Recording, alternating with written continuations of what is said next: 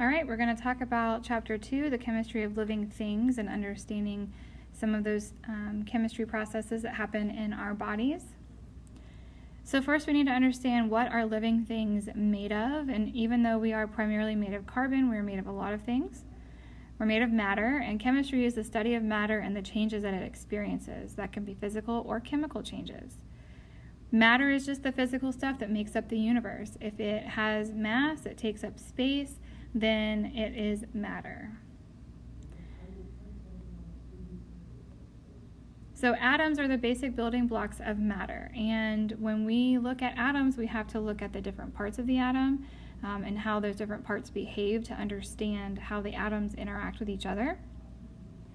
The smallest possible part of an element is the atom, so it's a single atom of that element. In the nucleus, you have protons, which are positive, and you have neutrons.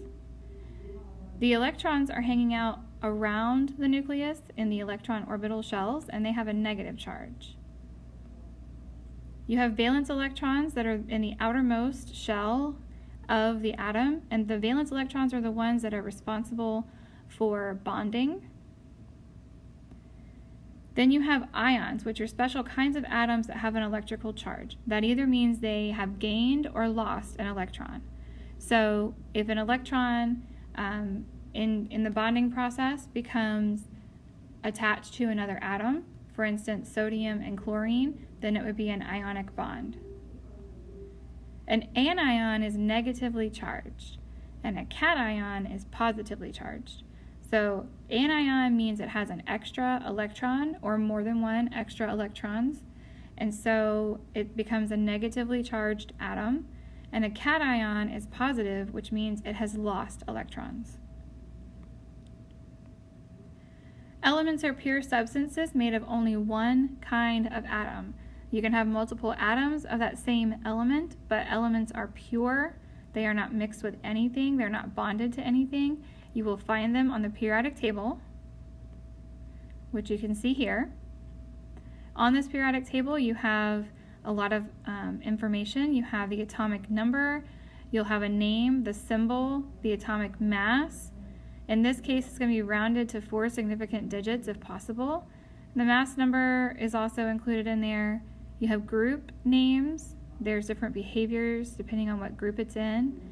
And then you'll also have a notification there if it's radioactive. The abundance in the human body by the percent weight. So about 98% of your body is made of the blue elements listed here: carbon, calcium, hydrogen, nitrogen, and oxygen. Everything else comes from the rest of the elements. Then you also have trace elements: iron, copper, zinc, fluorine, and iodine. All of these are essential elements, okay, but the majority of your body is the blue elements listed here. So let's talk a little bit about energy. Energy gets things done. Energy helps living things to do whatever process they need, whether that's digestion or sleeping, breathing, keeping your heart beating, taking notes in class, running on the football field. Any of those things need energy. We have mechanical energy, which is the energy of motion. We have acoustic energy, the energy of sound. Light energy, thermal energy, which is heat. Temperature is just a measurement of the average speed of the particles within a substance. So the higher the temperature, the more the particles are moving.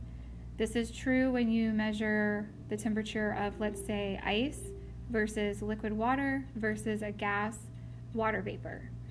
So the higher the temperature, the more the particles are moving within that substance. We call this the kinetic molecular theory. Living things need the energy to get from somewhere, or they have to take the energy from somewhere before they can produce it. So even plants, even though they do photosynthesis, they get the energy to spark that process from sun. So we need chemical energy. Our animals need it, plants need it. Entropy is the tendency of energy to disperse. So if something is high in entropy, it easily disperses something. The first law of thermodynamics tells us that the amount of matter and energy in the universe never changes. Okay, this is the same thing as matter cannot be created or destroyed. So So this means we have to look at conservation. We conserve our matter, we conserve our energy through physical changes where the matter's identity does not change. Some things can be reversed, others cannot. So tearing up a piece of paper would be a physical change. It's still paper, it's just smaller pieces. Chemical changes are the change in a matter's identity. Some of these also can be reversed and others cannot. For the most part, a chemical change cannot be reversed. It's almost a rule of thumb, but not 100% of the time. So an example of this would be burning the paper. So it's no longer paper, it's now ashes. Let's talk a quick minute about compounds and molecules. So bonds are stored chemical energy that holds two atoms together. And this is how our bodies use chemical energy in our body. A compound is a pure substance made of two or more elements that are chemically combined. So that would be like water, H2O. That's a compound. All right, let's look at bonding. So ionic compounds like sodium and chlorine, this is when you have oppositely charged ions that attract to one another. You can use formula units to express the compound. Usually they form in crystal shapes like table salt. On the other hand, you have covalent compounds. You'll notice that the valence electrons in this case are shared. So electrons did not move from one atom to the other. They are still with their same atom. They're just sharing. And a molecule is the smallest part of a covalent compound. You can have one molecule of water. They can be simple. They can be complex. Lots of different compounds are very complex covalent compounds. So review questions, and you need to be able to answer these at the end of your notes. What is the difference between a poison and a medicine, and how can we use science to know the difference? And also, you need to write your own definition of energy.